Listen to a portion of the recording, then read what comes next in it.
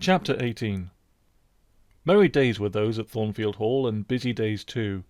How different from the first 3 months of stillness, monotony, and solitude I had passed beneath its roof. All sad feelings seemed now driven from the house, all gloomy associations forgotten. There was life everywhere, movement all day long. You could not now traverse the gallery, once so hushed, nor enter the front chambers, once so tenantless, without encountering a smart lady's maid or a dandy valet. The kitchen, the butler's pantry, the servants' hall, the entrance hall were equally alive, and the saloons were only left void and still when the blue sky and halcyon sunshine of the general spring weather called their occupants out into the grounds. Even when that weather was broken, and continuous rain set in for some days, no damp seemed to cast over enjoyment. Indoor amusements only became more lively and varied, in consequence of the stop put to outdoor gaiety. I wondered what they were going to do the first evening a change of entertainment was proposed. They spoke of playing charades, but in my ignorance I did not understand the term. The servants were called in, the dining-room tables wheeled away, the lights otherwise disposed, the chairs placed in a semicircle opposite the arch. While Mr. Rochester and the other gentlemen directed these alterations, the ladies were running up and down stairs, ringing for their maids. Mrs. Fairfax was summoned to give information respecting the resources of the house in shawls, dresses, draperies of any kind, and certain wardrobes of the third story were ransacked, and their contents, in the shape of brocaded and hooped petticoats, satin sacks, black modes, lace laplets, etc., were brought down in armfuls by the Abigails. Then a selection was made, and such things as were chosen were carried to the boudoir within the drawing-room. Meantime, Mr. Rochester had again summoned the ladies round him, and was selecting certain of their number to be of his party. "Miss Ingram is mine, of course," said he. Afterwards he named the two Misses Eshton and Mrs. Dent. He looked at me. I happened to be near him, as I had been fastening the clasp of Mrs. Dent's bracelet, which had got loose. "Will you play?" he asked. I shook my head. He did not insist, which I rather feared he would have done. He allowed me to return quietly to my usual seat. He and his aides now withdrew behind the curtain. The other party, which was headed by Colonel Dent, sat down on the crescent of chairs. One of the gentlemen, Mr. Eshton, observing me, seemed to propose that I should be asked to join them, but Lady Ingram instantly negatived the notion. "No," I heard her say, "she looks too stupid for any game of the sort." Ere long a bell tinkled, and the curtain drew up. Within the arch the bulky figure of Sir George Lynn, whom Mr. Rochester had likewise chosen, was seen enveloped in a white sheet. Before him, on a table, lay open a large book, and at its side stood Amy Ashton, draped in Mr. Rochester's cloak, and holding a book in her hand. Somebody, unseen, rang the bell merrily. Then Adele, who had insisted on being one of her guardian's party, bounded forward, scattering round her the contents of a basket of flowers she carried on her arm. Then appeared the magnificent figure of Miss Ingram, clad in white, a long veil on her head, and a wreath of roses round her brow. By her side walked Mr. Rochester, and together they drew near the table. They knelt, while Mrs. Dent and Louisa Eshton, dressed also in white, took up their stations behind them. A ceremony followed, in dumb show, in which it was easy to recognize the pantomime of a marriage, and at its termination Colonel Dent and his party consulted in whispers for 2 minutes. Then the Colonel called out, "Bride!" Mr. Rochester bowed, and the curtain fell. A considerable interval elapsed before it again rose. Its second rising displayed a more elaborately prepared scene than the last. The drawing-room, as I have before observed, was raised 2 steps above the dining-room, and on top of the upper step, placed a yard or 2 back within the room, appeared a large marble basin, which I recognized as an ornament of the conservatory, where it usually stood, surrounded by exotics and tenanted by goldfish, and whence it must have been transported with some trouble on account of its size and weight. Seated on the carpet by the side of this basin was seen Mr. Rochester, costumed in shawls, with a turban on his head. His dark eyes and swarthy skin and paling features suited the costume exactly. He looked the very model of an Eastern Emir, an agent or a victim of the bowstring. Presently advanced into view Miss Ingram. She, too, was attired in Oriental fashion, a crimson scarf tied sash-like round the waist, an embroidered handkerchief knotted about her temples, her beautifully moulded arms bare, one of them upraised in the act of supporting a pitcher poised gracefully on her head. Both her cast of form and feature, her complexion and her general air, suggested the idea of some Israelitish princess of the patriarchal days, and such was doubtless the character she intended to represent. She approached the basin and bent over it as if to fill her pitcher. She again lifted it to her head. The personage on the well-brink now seemed to accost her, to make some request. She hasted, let down her pitcher on her head, and gave him to drink. From the bosom of his robe he then produced a casket, opened it, and showed magnificent bracelets and earrings. She acted astonishment and admiration. Kneeling, he laid the treasure at her feet. Incredulity and delight were expressed by her looks and gestures.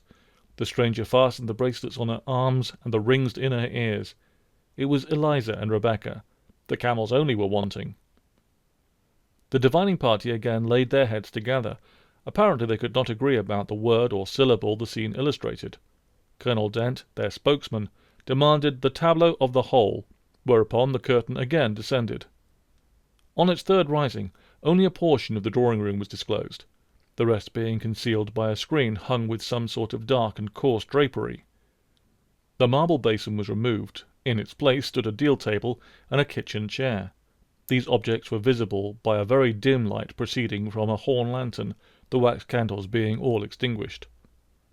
Amidst this sordid scene sat a man with his clenched hands resting on his knees and his eyes bent on the ground. I knew Mr. Rochester, though the begrimed face, the disordered dress, his coat hanging loose from one arm, as if it had been almost torn from his back in a scuffle, the desperate and scowling countenance, the rough, bristling hair might well have disguised him. As he moved, a chain clanked. To his wrists were attached fetters. "Bridewell!" exclaimed Colonel Dent, and the charade was solved. A sufficient interval having elapsed for the performers to resume their ordinary costume, they re-entered the dining-room. Mr. Rochester led in Miss Ingram. She was complimenting him on his acting. "Do you know," said she, "that of the three characters I liked you in the last best. Oh, had you but lived a few years earlier, what a gallant gentleman highwayman you would have made!" "Is all the soot washed away from my face?" he asked, turning it towards her. "Alas, yes, the more's the pity. Nothing could be more becoming to your complexion than that ruffian's rouge. You would like a hero of the road, then?" "An English hero of the road would be the next best thing to an Italian bandit, and that could only be surpassed by a Levantine pirate." "Well, whatever I am, remember you are my wife. We were married an hour since, in the presence of all these witnesses." She giggled, and her colour rose. "Now, Dent," continued Mr. Rochester, "it is your turn." And as the other party withdrew, he and his band took the vacated seats. Miss Ingram placed herself at her leader's right hand. The other diviners filled the chairs on each side of him and her. I did not now watch the actors. I no longer waited with interest for the curtain to rise. My attention was absorbed by the spectators. My eyes, erewhile fixed on the arch, were now irresistibly attracted to the semicircle of chairs. What charade Colonel Dent and his party played, what word they chose, how they acquitted themselves, I no longer remember. But I still see the consultation which followed each scene. I see Mr. Rochester turn to Miss Ingram, and Miss Ingram to him. I see her incline her head towards him, till the jetty curls almost touch his shoulder, and wave against his cheek. I hear their mutual whisperings, I recall their interchanged glances, and something even of the feeling roused by the spectacle returns in memory at this moment. I have told you, reader, that I have learnt to love Mr. Rochester. I could not unlove him now, merely because I found that he had ceased to notice me, because I might pass hours in his presence, and he would never once turn his eyes in my direction, because I saw all his attentions appropriated by a great lady, who scorned to touch me with the hem of her robes as she passed, who, if ever her dark and imperious eye fell on me by chance, would withdraw it as instantly as from an object too mean to merit observation. I could not unlove him, because I felt sure he would soon marry this very lady, because I read daily in her proud security in his attentions respecting her, because I witnessed hourly in him a style of courtship which, if careless and choosing rather to be sought than to seek, was yet, in its very carelessness, captivating, and in its very pride, irresistible. There was nothing to cool or banish love in these circumstances, though much to create despair. Much, too, you will think, reader, to engender jealousy, if a woman in my position could presume to be jealous of a woman in Miss Ingram's. But I was not jealous, or very rarely. The nature of the pain I suffered could not be explained by that word. Miss Ingram was a mark beneath jealousy. She was too inferior to excite the feeling. Pardon the seeming paradox, I mean what I say. She was very showy, but she was not genuine.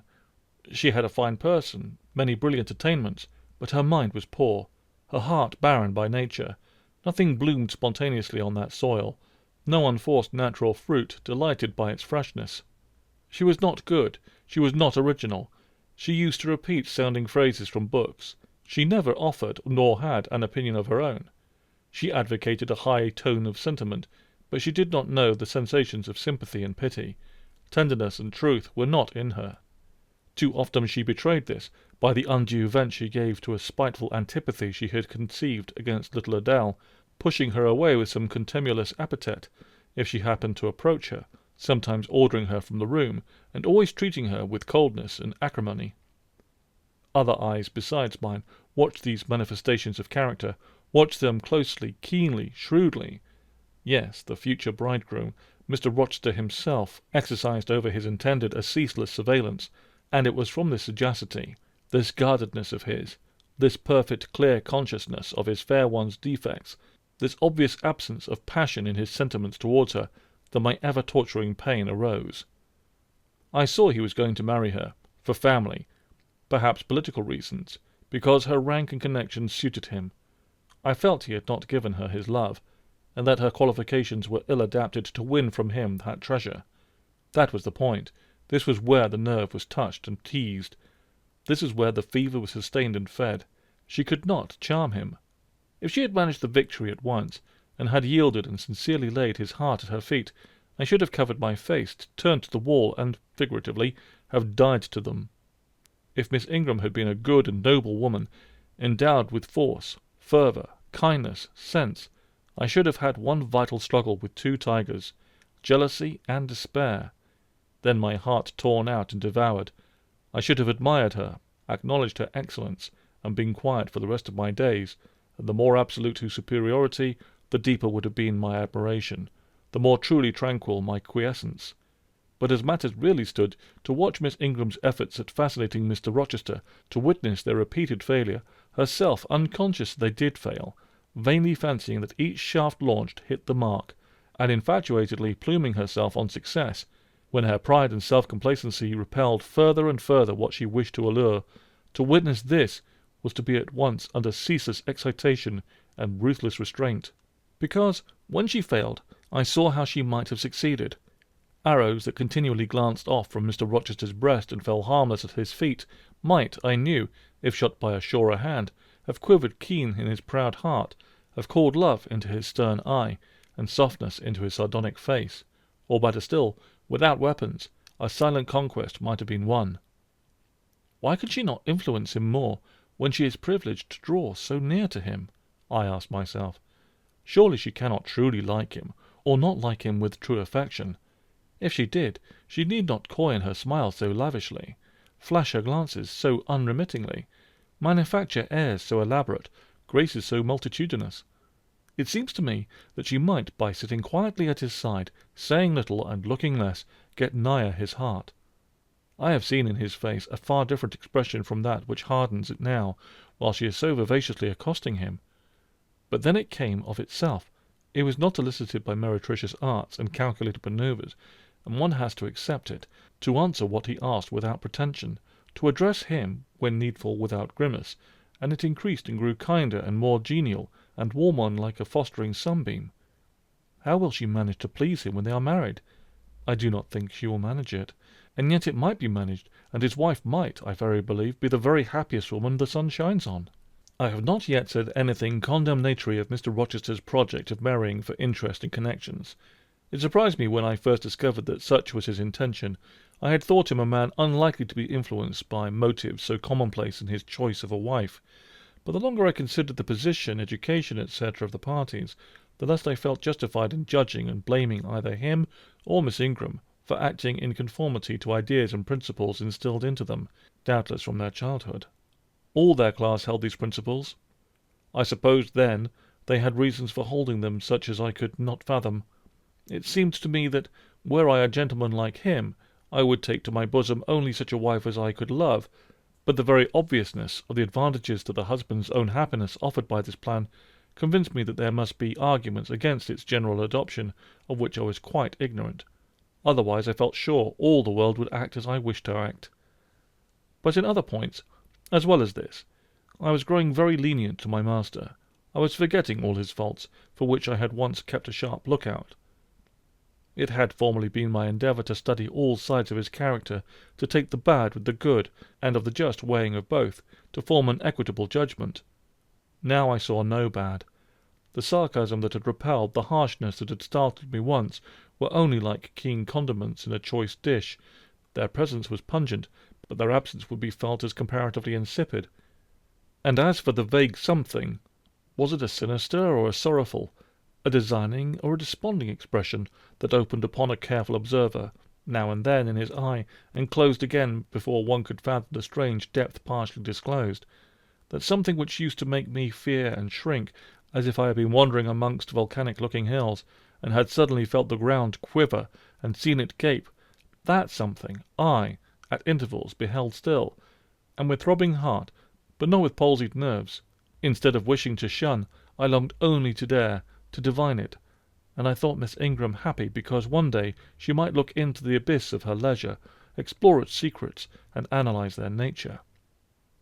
Meantime, while I thought only of my master and his future bride, saw only them, heard only their discourse, and considered only their movements of importance, the rest of the party were occupied with their own separate interests and pleasures.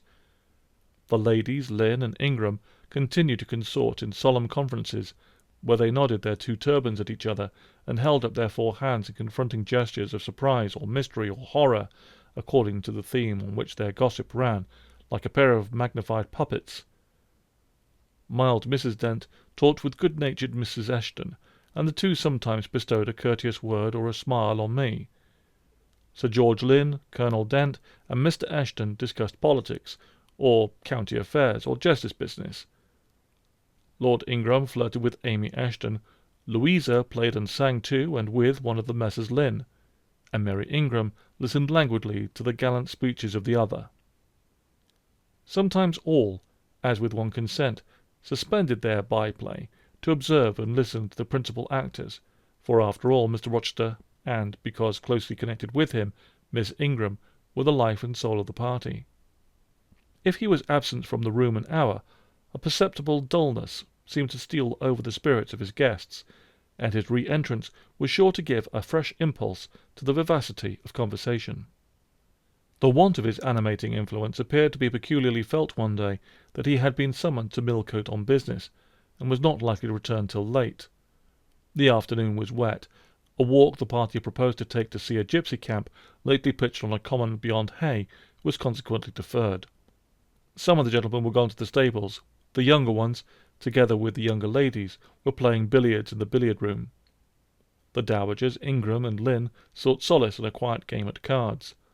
Blanche Ingram, having after repelled by supercilious taciturnity some efforts of Mrs. Dent and Mrs. Eshton to draw her into conversation, had first murmured over some sentimental tunes and airs on the piano, and then, having fetched a novel from the library, had flung herself in haughty listlessness on a sofa, and prepared to beguile, by the spell of fiction, the tedious hours of absence.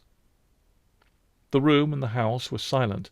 Only now and then the merriment of the billiard-players was heard from above.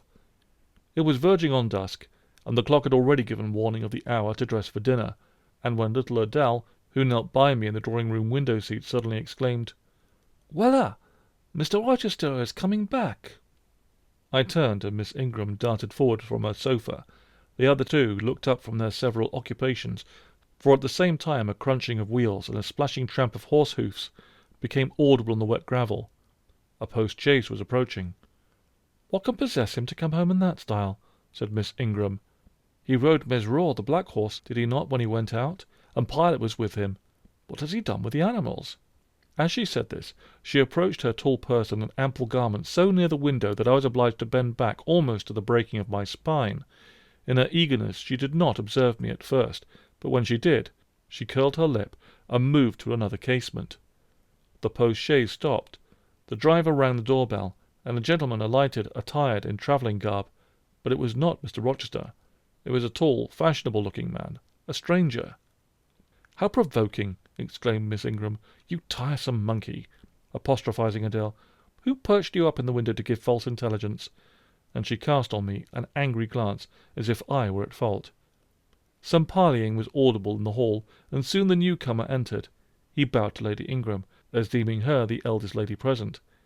"It appears I come at an inopportune time, madam," said he, "when my friend Mr. Rochester is from home, but I arrive from a very long journey, and I think I may presume so far an old and intimate acquaintance as to install myself here till he returns." His manner was polite. His accent in speaking struck me as being somewhat unusual, not precisely foreign, but still not altogether English. His age might be about Mr. Rochester's, between 30 and 40. His complexion was singularly sallow. Otherwise he was a fine-looking man, at first sight especially. On closer examination you detected something in his face that displeased, or rather that failed to please. His features were regular, but too relaxed. His eye was large and was well cut, but the life looking out of it was a tame, vacant life, at least so I thought. The sound of the dressing bell dispersed the party. It was not till after dinner that I saw him again. He then seemed quite at his ease, but I liked his physiognomy even less than before. It struck me as being at the same time unsettled and inanimate. His eye wandered, and had no meaning in its wandering. This gave him an odd look, such as I never remembered to have seen. For a handsome and not an unamiable-looking man, he repelled me exceedingly. There was no power in that smooth-skinned face, of full oval shape, no firmness in that aquiline nose and small cherry mouth. There was no thought on the low, even forehead, no command in that blank, brown eye. As I sat in my usual nook, and looked at him in the light of the girandoles of the mantelpiece beaming full over him, for he occupied an armchair drawn close to the fire, and kept shrinking still nearer, as if he were cold, I compared him with Mr. Rochester. I think, with difference be it spoken, the difference could not be much greater between a sleek gander and a fierce falcon, between a meek sheep and a rough-coated, keen-eyed dog, its guardian. He had spoken of Mr. Rochester as an old friend. A curious friendship theirs must have been, a pointed illustration indeed of the old adage that extremes meet. 2 or 3 of the gentlemen sat near him, and I caught at times scraps of their conversation across the room. At first I could not make much sense of what I heard, for the discourse of Louisa Ashton and Mary Ingram, who sat nearer to me, confused the fragmentary sentences that reached me at intervals. These last were discussing the stranger. They both called him a beautiful man. Louisa said he was a love of a creature, and she adored him, and Mary insisted his pretty little mouth and nice nose as her ideal of the charming. "And what a sweet-tempered forehead he has!" cried Louisa. "So smooth, none of these frowning irregularities I dislike so much, and such a placid eye and smile." And then, to my great relief, Mr. Henry Lynn summoned them to the other side of the room, to settle some point about the deferred exertion to Hay Common. I was now able to concentrate my attention on the group by the fire, and I presently gathered that the newcomer was called Mr. Mason. Then I learned that he was but just arrived in England, and that he came from some hot country, which was the reason, doubtless, his face was so sallow, and that he sat so near the hearth, and wore a surtout in the house. Presently the words Jamaica, Kingston, Spanish Town indicated the West Indies as his residence, and it was with no little surprise I gathered ere long that he had first seen and become acquainted with Mr. Rochester. He spoke of his friend's dislike of the burning heats, the hurricanes, and rainy seasons of that region. I knew Mr. Rochester had been a traveller. Mrs. Fairfax had said so. But I thought the continent of Europe had bounded his wanderings. Till now I had never heard a hint given of visits to more distant shores. I was pondering these things when an incident, and a somewhat unexpected one, broke the thread of my musings. Mr. Mason, shivering as some one chanced to open the door, asked for more coal to be put on the fire, which had burnt out its flame, though its mass of cinder still shone hot and red. The footman who brought the coal, in going out, stopped near Mr. Ashton's chair, and said something to him in a low voice, of which I heard only the words "old woman" and "quite troublesome." "Tell her she shall be put in the stocks if she does not take herself off," replied the magistrate. "No, stop," interrupted Colonel Dent. "Don't send her away, Ashton. We might turn the thing to account. Better consult the ladies." And speaking aloud, he continued, "Ladies, you talked of going to Hay Common to visit the gipsy camp. Sam here says that one of the old Mother Bunches is in the servants' hall at this moment, and insists upon being brought in before the Quality to tell them their fortunes. Would you like to see her?" "Surely, Colonel," cried Lady Ingram, "you would not encourage such a low impostor. Dismiss her, by all means, at once." "But I cannot persuade her to go away, my lady," said the footman. "Nor can any of the servants. Mrs. Fairfax is with her just now, entreating her to be gone, but she has taken a chair in the chimney corner, and says nothing shall stir her from it till she gets leave to come in here." "What does she want?" asked Mrs. Eshton. "To tell the gentry their fortunes, she says, ma'am, and she swears she must and will do it." "What is she like?" inquired Mrs. Eshton in a breath. "A shockingly ugly old creature, miss, almost as black as a crock." "Why, she's a real sorceress," cried Frederick Lynn. "Let us have her in, of course." "To be sure," rejoined his brother. "It would be 1,000 pities to throw away such a chance of fun." "My dear boys, what are you thinking about?" exclaimed Mrs. Lynn. "I cannot possibly countenance any such inconsistent proceeding," chimed in the Dowager Ingram. "Indeed, mamma, but you can, and will," pronounced the haughty voice of Blanche, as she turned round on the piano-stool, where till now she had sat silent, apparently examining sundry sheets of music. "I have a curiosity to hear my fortune told. Therefore, Sam, order the beldame forward." "My darling Blanche, recollect—" "I do. I recollect all you can suggest, and I must have my will. Quick, Sam." "Yes, yes, yes," cried all the juveniles, both ladies and gentlemen. "Let her come. It will be excellent sport." The footman still lingered. "She looks such a rough one," said he. "Go!" ejaculated Miss Ingram, and the man went. Excitement instantly seized the whole party. A running fire of raillery and jests were proceeding when Sam returned. "She won't come now," said he. "She says it's not her mission to appear before the vulgar herd. Them's her words. I must show her into a room by herself, and then those who wish to consult her must go to her one by one." "You see now, my queenly Blanche," began Lady Ingram, "she encroaches. Be advised, my angel girl, and—" "Show her into the library, of course," cut in the angel girl. "It is not my mission to listen to her before the vulgar herd either. I mean to have her all to myself. Is there a fire in the library?" "Yes, ma'am, but she looks such a tinkler." "Cease that chatter, blockhead, and do my bidding." Again Sam vanished, and mystery, animation, expectation rose to the full flow once more. "She's ready now," said the footman as he reappeared. "She wishes to know who will be her first visitor." "I think I had better just look in upon her before any of the ladies go," said Colonel Dent. "Tell her, Sam, a gentleman is coming." Sam went and returned. "She says, sir, that she'll have no gentlemen. They need not trouble themselves to come near her. Nor," he added, with difficulty suppressing a titter, "any ladies either, except the young and single." "By Jove, she has taste!" exclaimed Henry Lynn. Miss Ingram rose solemnly. "I go first," she said, in a tone which might have befitted the leader of a forlorn hope, mounting a breach in the van of his men. "Oh, my best! Oh, my dearest! Pause! Reflect!" was her mamma's cry, but she swept past her in stately silence, passed through the door which Colonel Dent held open, and we heard her enter the library. A comparative silence ensued. Lady Ingram thought it was le cas to wring her hands, which she did accordingly. Miss Mary declared she felt, for her part, she never dared venture. Amy and Louisa Eshton tittered under their breath, and looked a little frightened. The minutes passed away slowly. 15 were counted before the library door again opened. Miss Ingram returned to us through the arch. Would she laugh? Would she take it as a joke? All eyes met her with a glance of eager curiosity, and she met all eyes with one of rebuff and coldness. She looked neither flurried nor merry. She walked stiffly to her seat and took it in silence. "Well, Blanche," said Lord Ingram. "What did she say, sister?" asked Mary. "What do you think? How do you feel? Is she a real fortune-teller?" demanded the Mrs. Eshton. Now, good people," returned Miss Ingram, "don't press upon me. Really, your organs of wonder and credulity are easily excited. You seem, by the importance of you all, my good mamma included, ascribe to this matter, absolutely to believe we have a genuine witch in the house, who is in close alliance with the old gentleman. I have seen a gipsy vagabond. She has practised in hackneyed fashion the science of palmistry, and tell me what such people usually tell. My whim is gratified, and now I think Mr. Eshton will do well to put the hag into stocks tomorrow morning, as he threatened."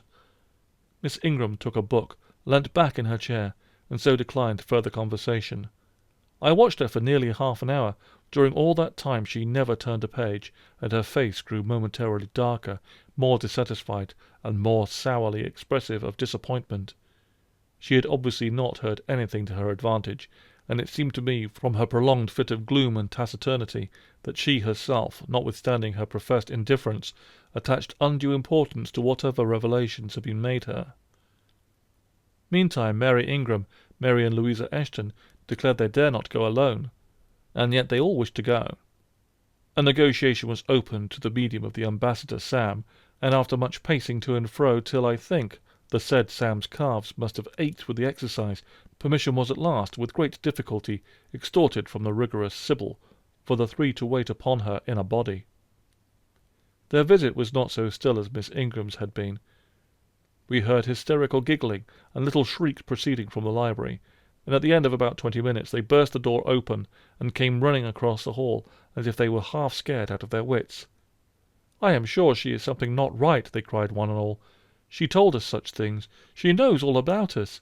And they sank breathless into the various seats the gentleman hastened to bring them.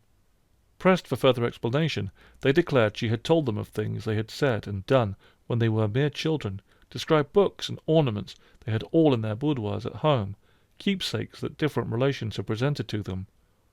They affirmed that she had even divined their thoughts, and had whispered in the ear of each the name of the person she liked best in the world, and informed them of what they most wished for.